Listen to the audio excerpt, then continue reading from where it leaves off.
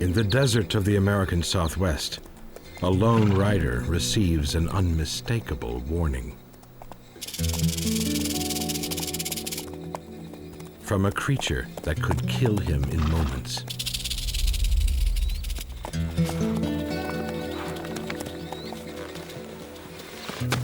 But between that sinister rattle and the deadly bite at the other end lies an amazing reptile.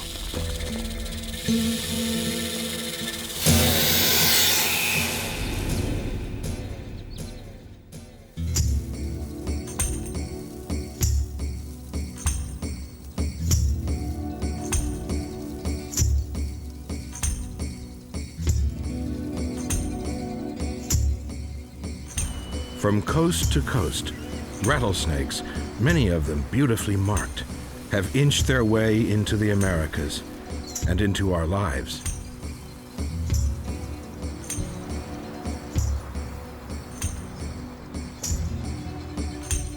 Rattlesnakes belong to the viper family. There are more than 30 species, and they live all the way from southern Canada right down through Mexico and beyond.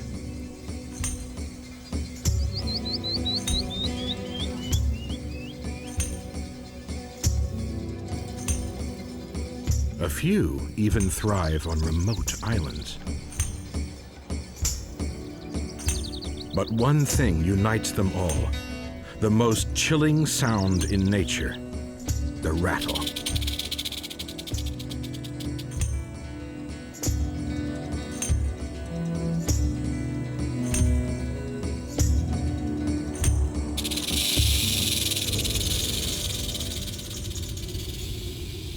Fossils show that rattlesnakes evolved only 5 million years ago, not long after we did. They had to adapt to the vast open spaces of the Americas. Large animals could easily trample on them, and so rattlesnakes needed a clear warning.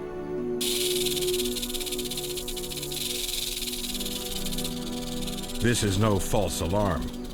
Venom can serve as a backup if need be.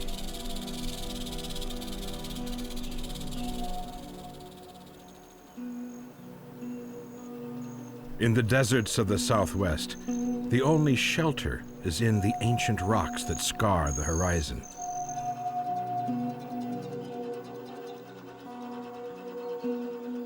The sun's rays beat hardest on south-facing slopes, warming the crevices beneath.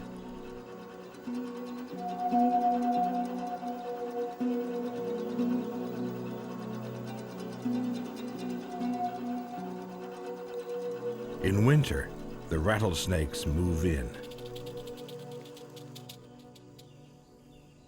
Inside these dens, hundreds of them may end up in a tangle together. The odd non-rattlers, such as this harmless garter snake, rubs flanks with venomous rattlers. One of them is a young female western diamondback. This is her story. She has been alone all year, but this is one of the few times that she will tolerate the company of others. This den was empty before the winter, but some rattlesnakes squat in homes that are already occupied. There are no rocky crypts here, in the vast belts of grassland that slice down America. Prairie rattlesnakes must therefore be more resourceful in their search for a winter den. Their solution is ingenious. They let prairie dogs do all the hard work. Beneath the flat surface lies a labyrinth of tunnels and dens, perfect for rattlesnakes.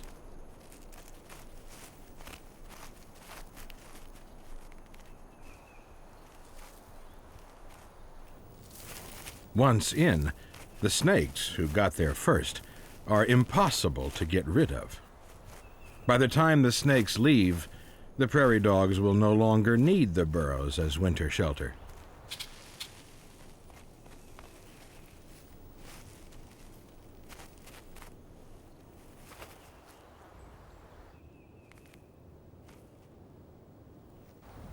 The prairie dog can't get home through its own front door.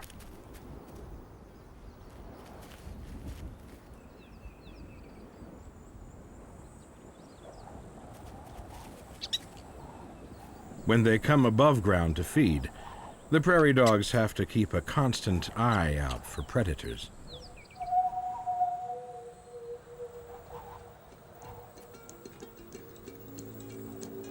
One of them, spotting danger, gives the alarm.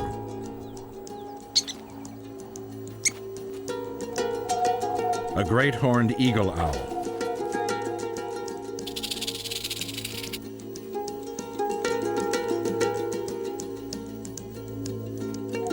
Time to find a bolt hole. Fast.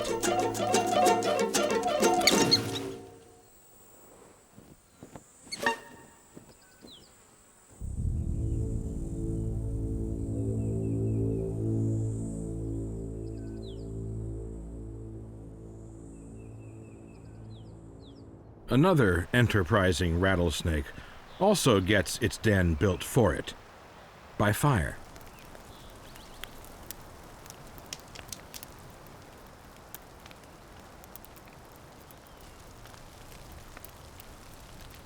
After the last flames have flickered out, many trees are left blackened and hollow.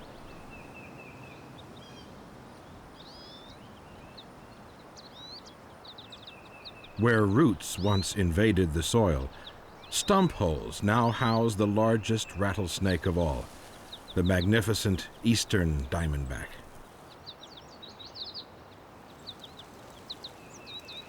Such fires create new homes for the survivors and promote new growth for the forest.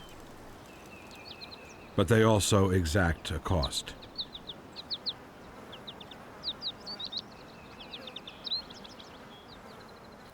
Winter is over, and the eastern diamondback leaves its shelter to travel the long distance to summer feeding grounds. Its elaborate markings help camouflage its 2-meter body.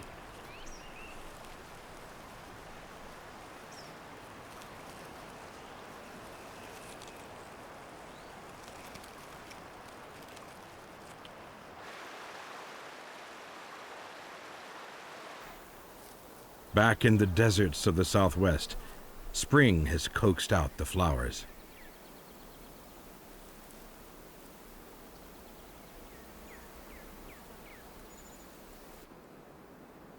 The warmth that seeps into the den gently rouses the rattlesnakes.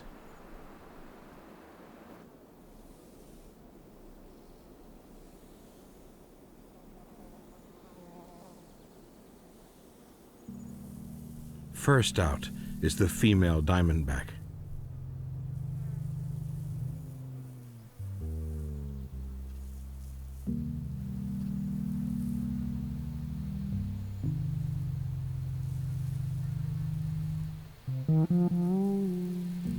Her last meal was 6 months ago, just before she went into hibernation.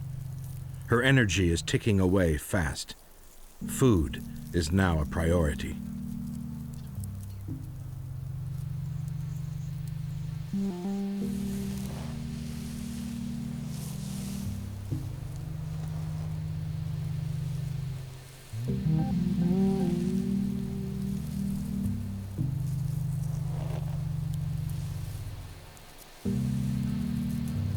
Still sluggish, she, like all reptiles, needs heat to get going.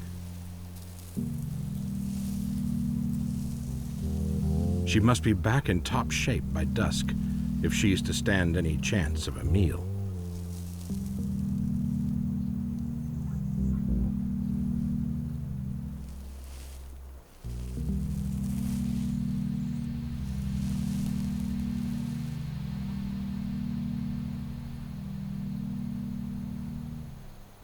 Back in the east, a rattlesnake already warmed up lives in the woody corridors between strips of wild cane.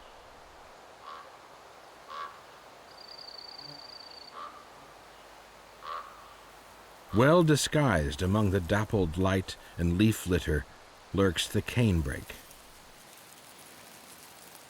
Here, the snake's ground-level world becomes more complex. There's another dimension to account for. Height. But leaves and shadows don't slither like that.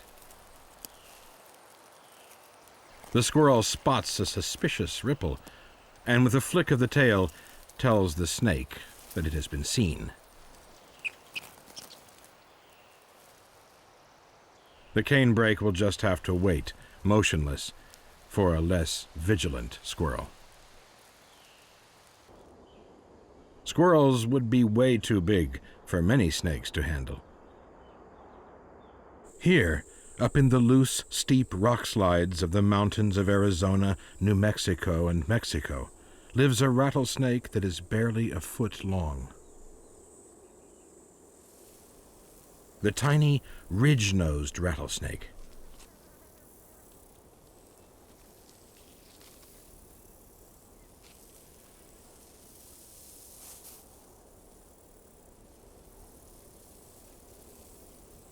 Subtly colored to blend into the background, it preys on animals such as small rock lizards.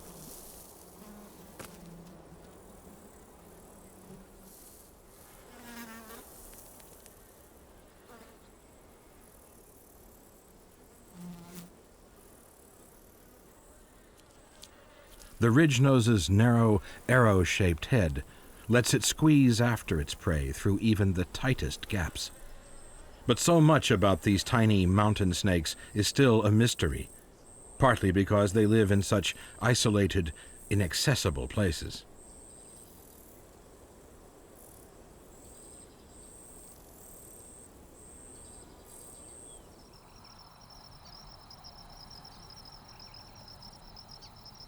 Back in the western desert, the diamondback needs a burst of solar power to recharge her batteries.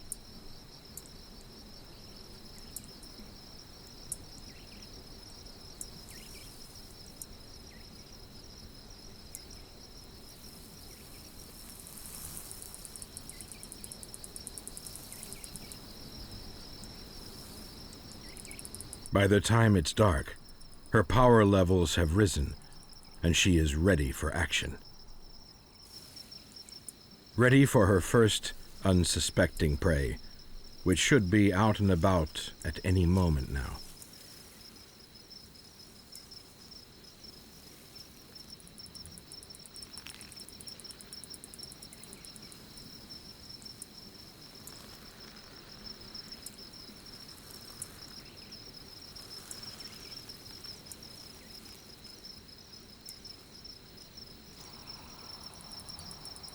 Heat radiating from the ground will keep her going in the early hours of the night.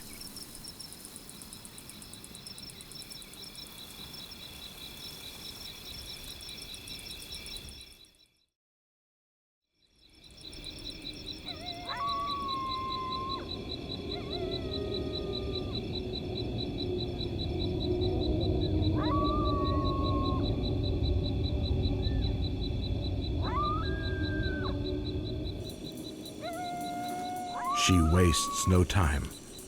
By smelling the air with her forked tongue, she soon picks up the scent trail of a wood rat.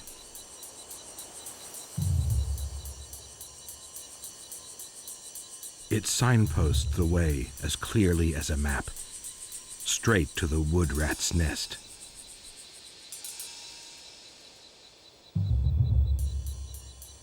The diamondback can detect heat, and the rat's body stands out like a beacon.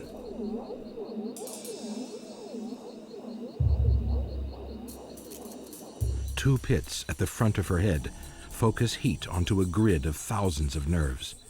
These, together with two more organs in her mouth, help build a perfect heat image.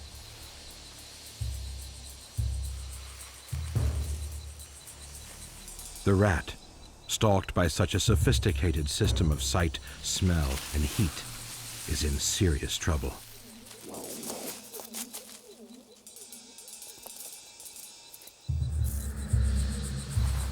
A spaghetti junction of old, stale animal tracks crisscrosses the ground.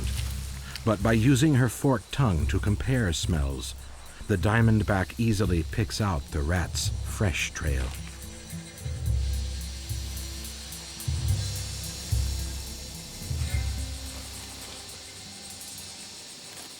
As night cools the air, the rat still shimmers with heat.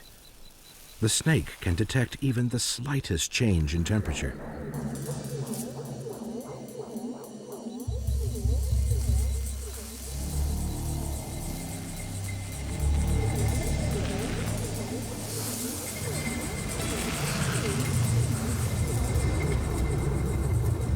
She takes aim.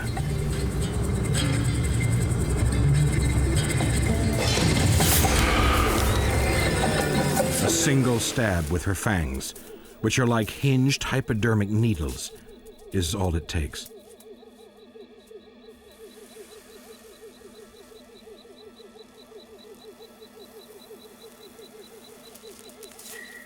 The rat staggers away, mortally wounded. It will do its dying well away from the diamondback, who thus avoids injury from her struggling victim's teeth or claws.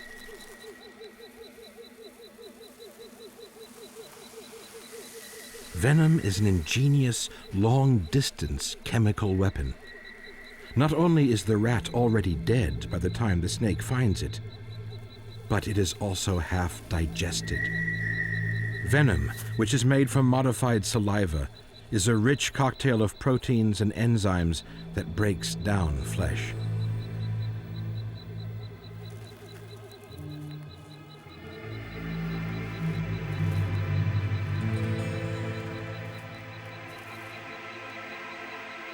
The diamondback unlocks her jawbones to squeeze the corpse into her throat, head first, so that its legs don't get stuck.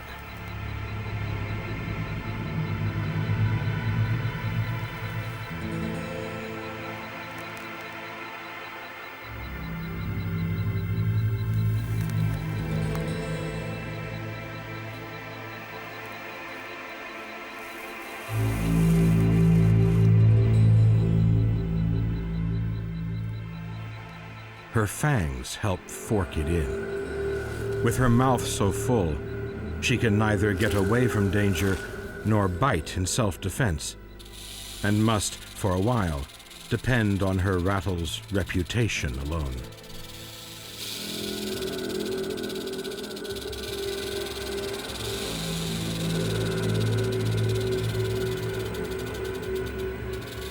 Muscular contractions pass the rat onto her stomach. It's the human equivalent of gulping down a 200-pound hamburger.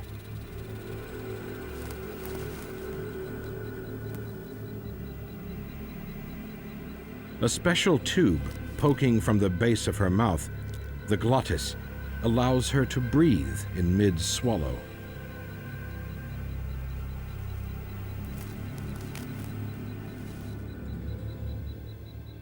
Then, hooking her jawbones back together with a little yawn, she sits back to digest.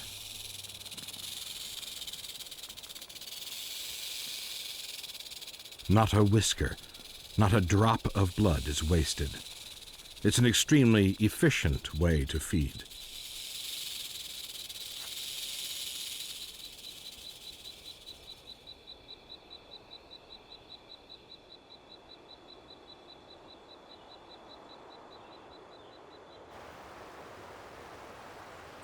Back on the east coast, there's a barrier in the middle of the eastern diamondback's migration path.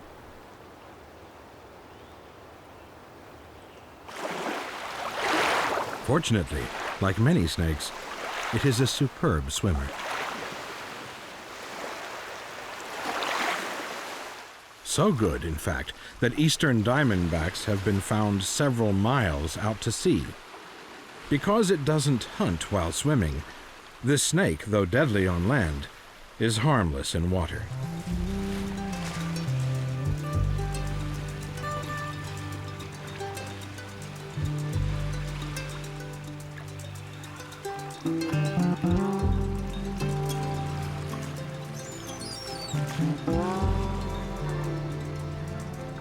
It pushes against the water in the same way as it does against the ground.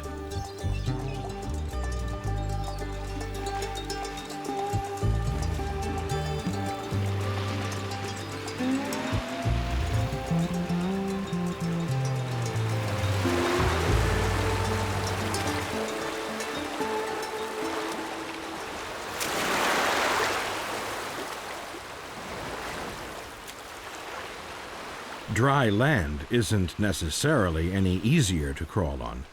Loose surfaces such as sand make it difficult for a large snake to get a good grip.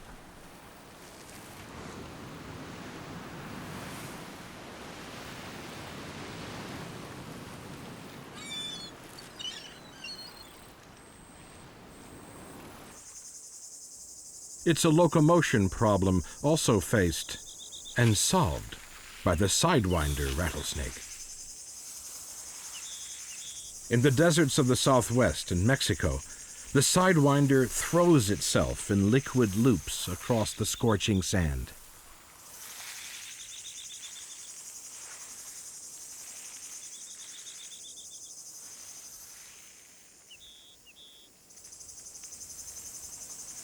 It's so hot here that only a few minutes out of the shade could kill it. Life, for a snake, is a never-ending thermal balancing act.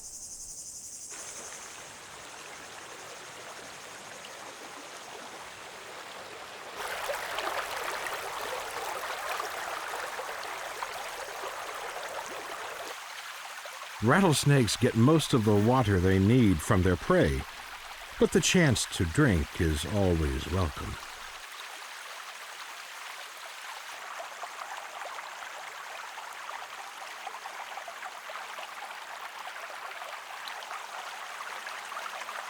As well as daily problems of temperature and dehydration, rattlesnakes also have to contend with predators of their own. The diamondback, not nimble at the best of times, is still stuffed full of woodrat and is particularly vulnerable. And she's being eyed up by the fastest bird in the West. A roadrunner.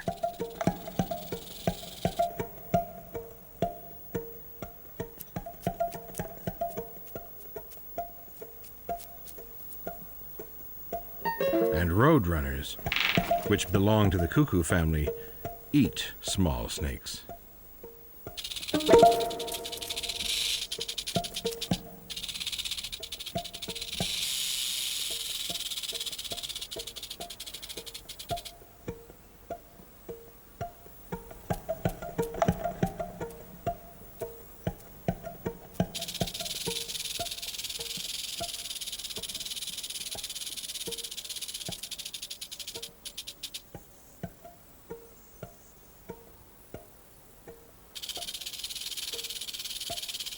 To kill, the roadrunner would have to deliver a powerful blow to the snake's head with its drill-like beak.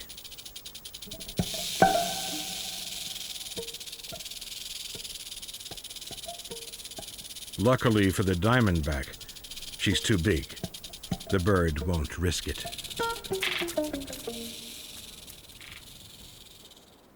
But sometimes there is no risk to the predator.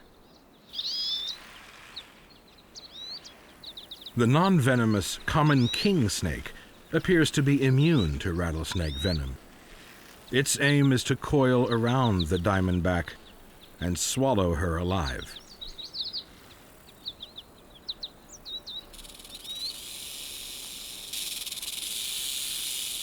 Twisting up to make herself look bigger, the diamondback, once she recognizes her attacker, drops the rattle.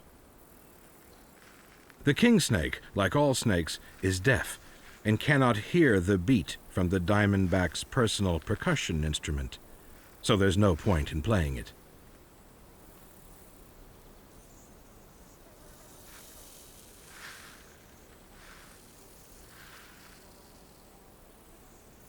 If the diamondback can avoid being grabbed by the head for long enough, the king snake may well tire.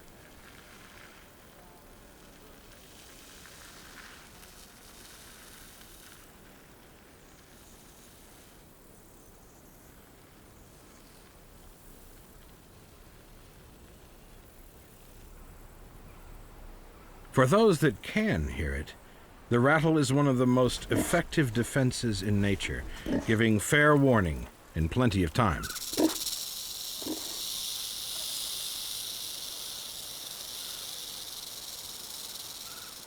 If it is heeded, no one gets hurt, and the snake doesn't waste any venom.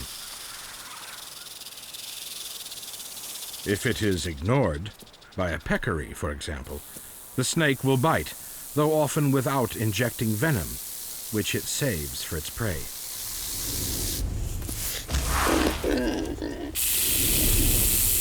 The rattle, powered by muscle similar to heart muscle, uses very little energy, and so can keep going for a long time. It says a lot about the snake's physical condition. Useful information for a ground squirrel. The faster the rattle, the warmer and therefore the more dangerous the snake.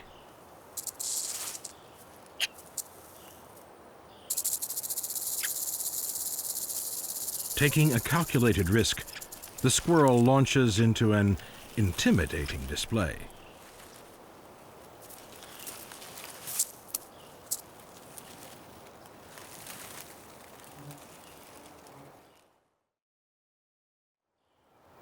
But the threat is minor compared to dangers from man.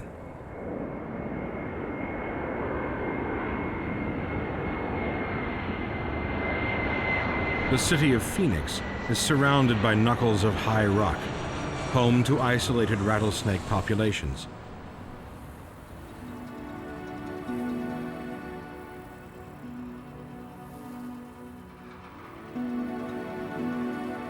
These snakes are effectively stranded high and dry. Evicted from the land below, snakes such as this tiger rattlesnake can no longer cross over to the other side to breed.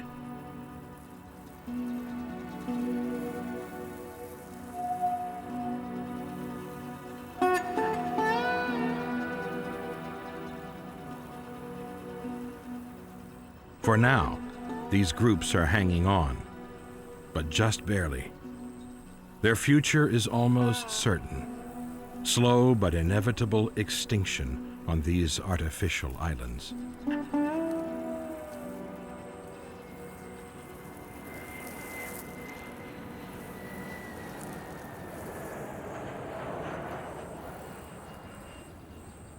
The snakes that evolved on natural islands, however, have no need to leave, for they occur nowhere else. Santa Catalina, in the Gulf of California, has a very unusual rattlesnake.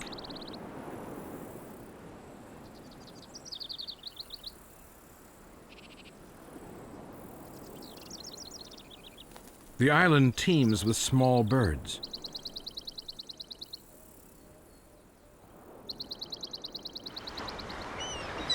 At sunset, they fly back to roost together in the scrub trees. Just when the Santa Catalina rattlesnake is feeling lively.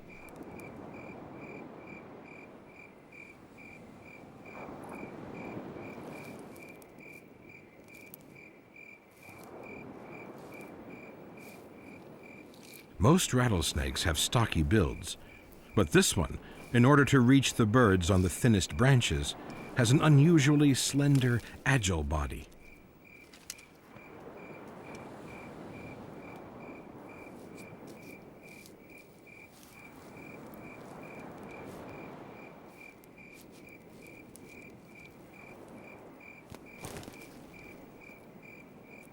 Even more bizarre, this rattlesnake doesn't want to give a warning, so it's lost its rattle. Elsewhere, some other rattlesnakes are also evolving to lose their rattles.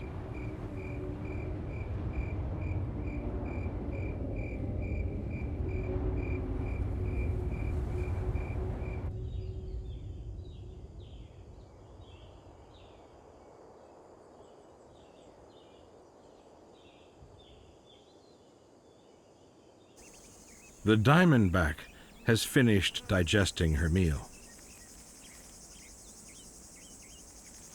Her old skin is no longer big enough. It's time for a new one. Like human skin, the top layer of snake skin is dead. Unlike humans, who shed bits of skin all the time, snakes do so neatly and dramatically.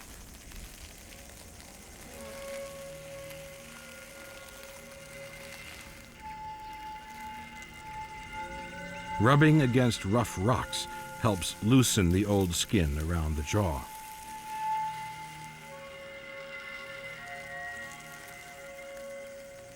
Because her eyelids, which will also peel off, have fused into a hard, misty scale, she feels particularly vulnerable.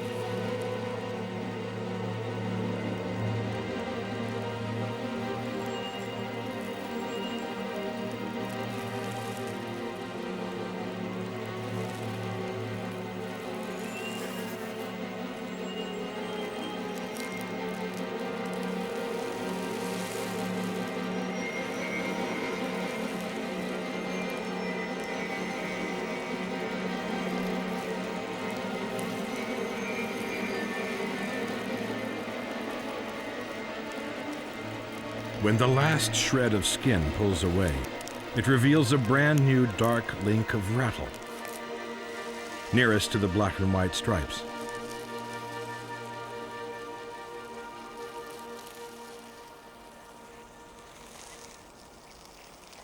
The rattle is made of keratin, the same stuff as hair, claws, and fingernails.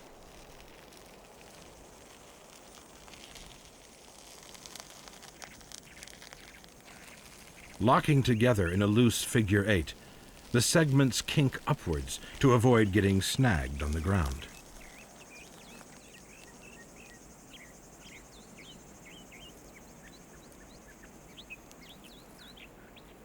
The whole process of emerging, shiny and clean, from an old skin has turned the rattlesnake into a powerful spiritual symbol of new life and fertility.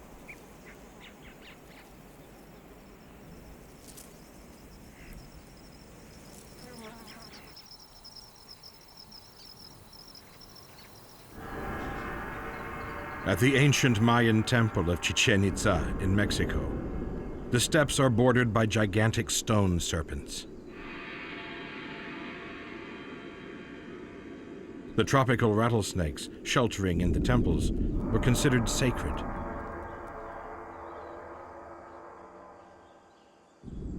The snakes the ancient Mayans honored have been immortalized.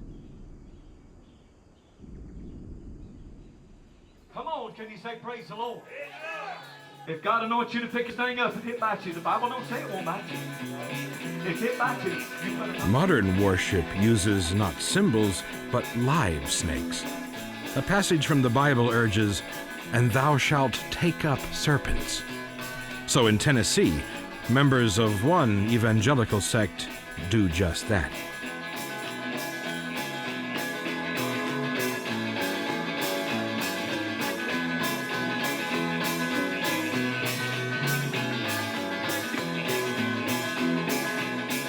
Elsewhere, rattlesnakes are slaughtered in their thousands. Yearly roundups take place across the southern and southwestern states, originally organized because of exaggerated claims that rattlesnakes harmed livestock and people.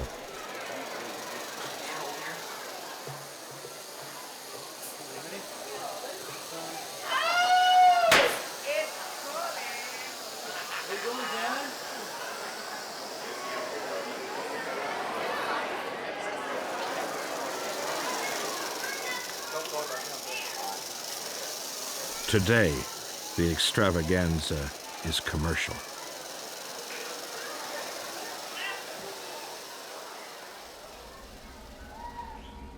The craft work of the Pueblo tribes does no harm.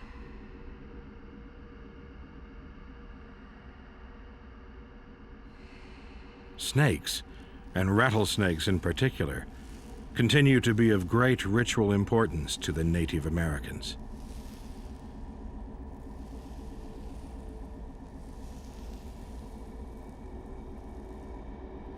Representing lightning bolts, the snakes deliver prayers for rain to the spirits that control the weather.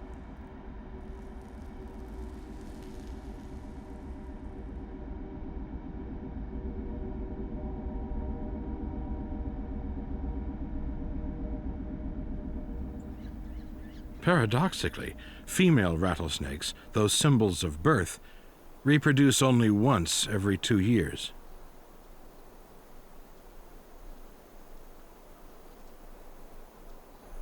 The diamondback had last year off.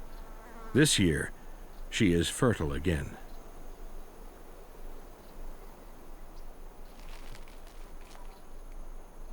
A male, following a trail of pheromones left by the female, seeks her out.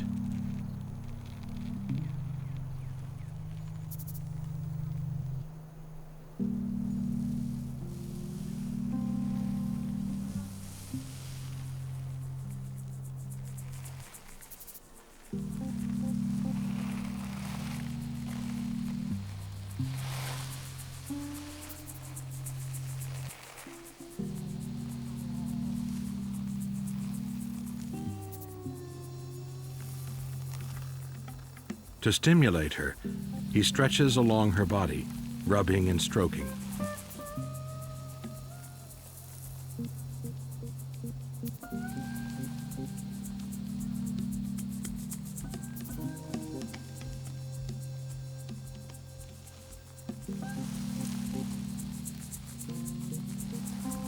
If she is receptive, the diamondback will allow him to mate.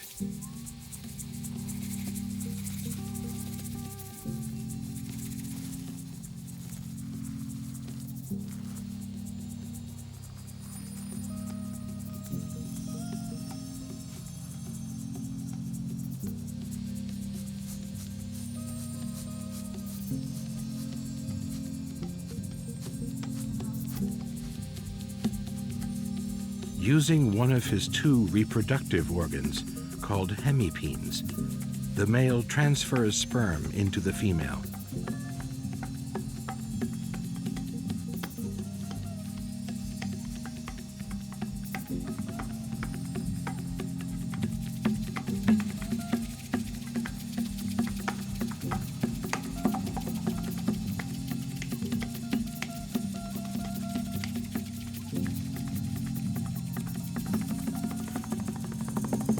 The pair may stay entwined for several hours.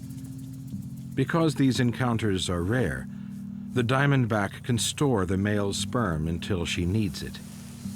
It is his only contribution to the next generation.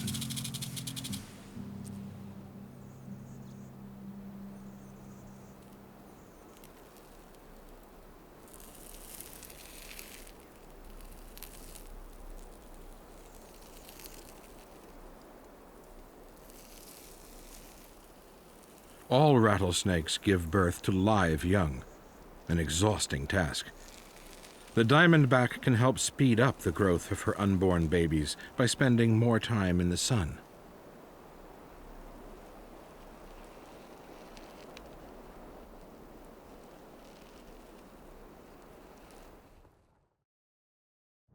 Her young will be born at the end of the summer, with the first rains.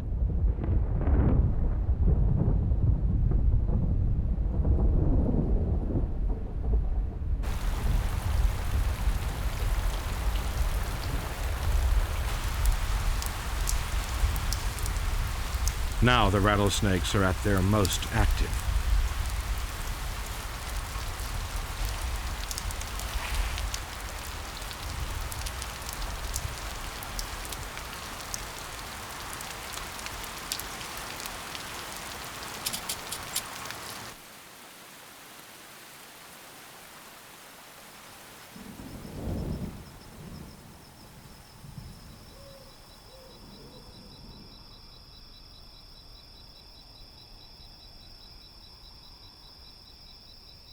In preparation for the birth, the diamondback seeks out shelter.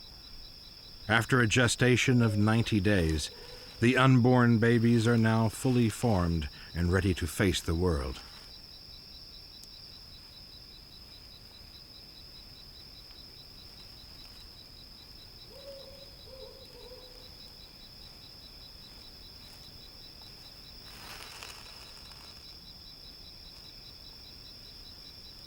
Muscular contractions help push them out.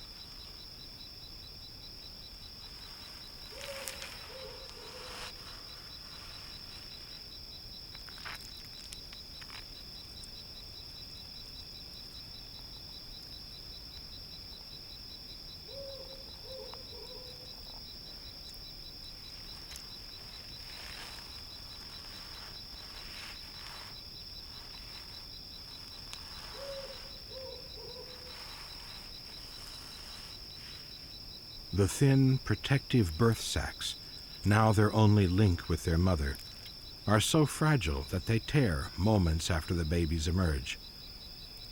The little diamondbacks are independent in a matter of minutes.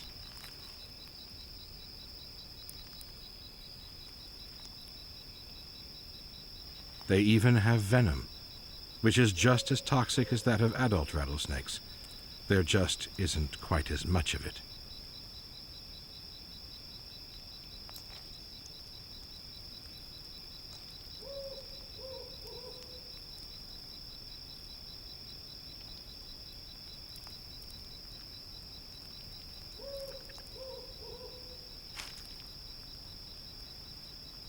They are the spitting image of their mother, except, that is, for one little detail. Something is missing.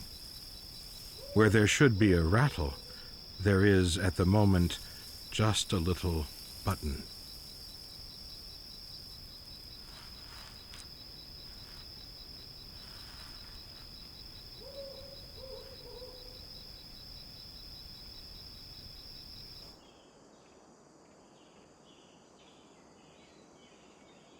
By morning, the diamondback has given birth to 10 new rattlesnakes.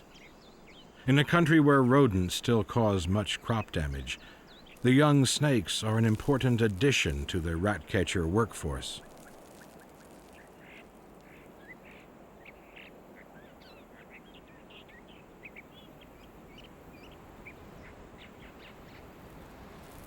They shed their skin for the first time when they are only 5 to 10 days old, and will leave their mother soon afterwards.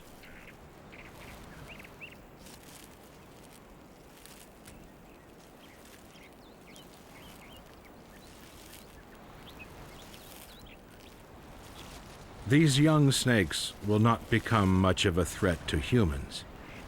We are more likely to be hit by lightning than be killed by a rattlesnake bite. And scientists are finding that venom may even help treat some human illnesses.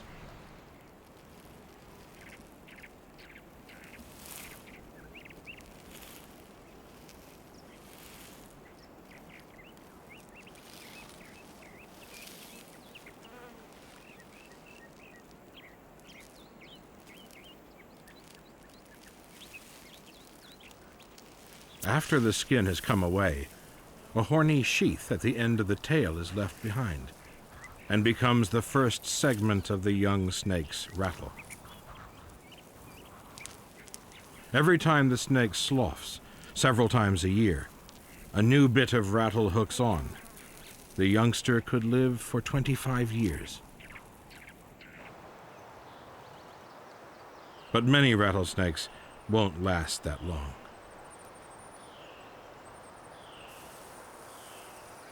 The huge eastern diamondback, for example, has just had to travel 20 miles to get back from summer feeding grounds, because suitable areas closer to home have been destroyed by human development.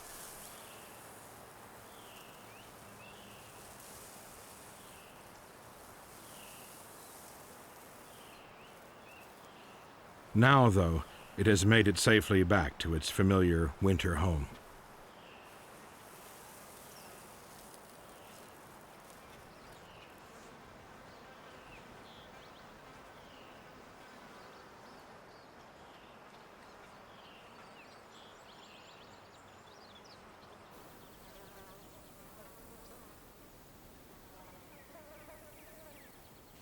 Winter is also coming to the desert, and the diamondback's year of hunting, mating, and breeding is drawing to a close.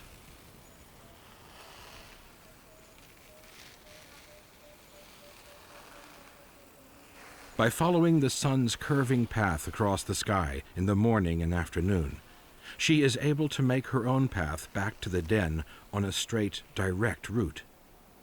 She has traveled several miles from the den this summer. Her young, now independent, also use scent trails to lead them to the same hibernation den that their mother uses.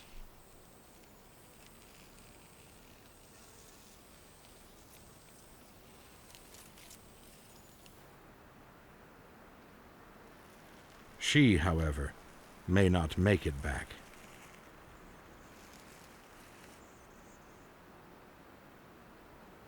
It takes some time for a slow-moving snake to creep across a 20-foot ribbon of asphalt, and the delicious warmth of the pavement makes her linger.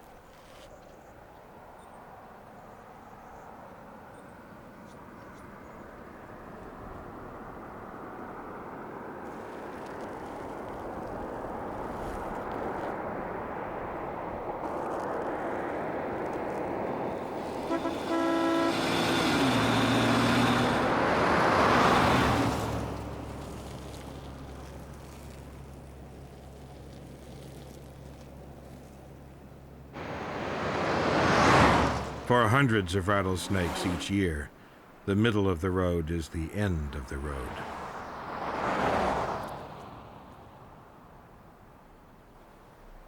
All around the outcrops of rock, webs of familiar scent trails guide the rattlesnakes, so solitary for much of the year, towards their spectacular annual reunion.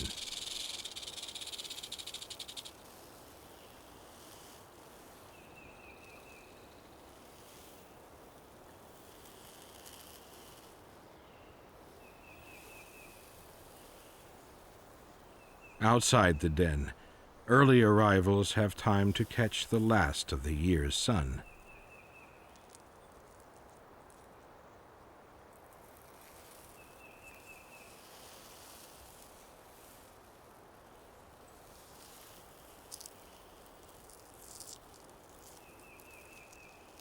So when the weather turns colder, there's not far to go.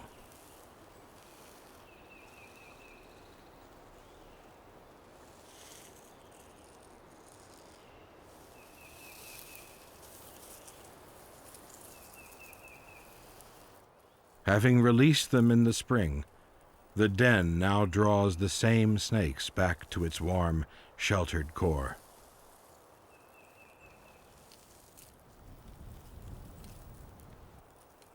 Like planets orbiting around a warm star, the snake's whole year revolves around this den.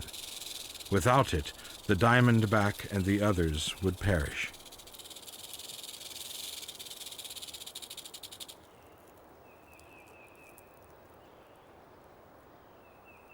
Inside the den, the mass of snake bodies acts like a layer of scaly insulation, retaining heat for the benefit of all. Somehow, the dens never seem to get overcrowded.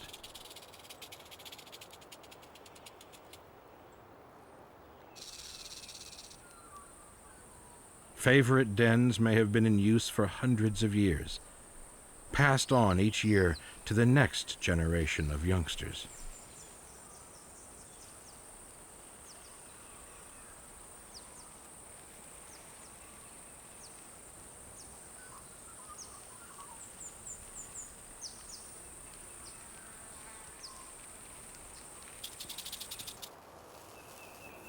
And as long as we can be as tolerant of them as they are of each other, rattlesnakes should be curling up together in here for centuries to come.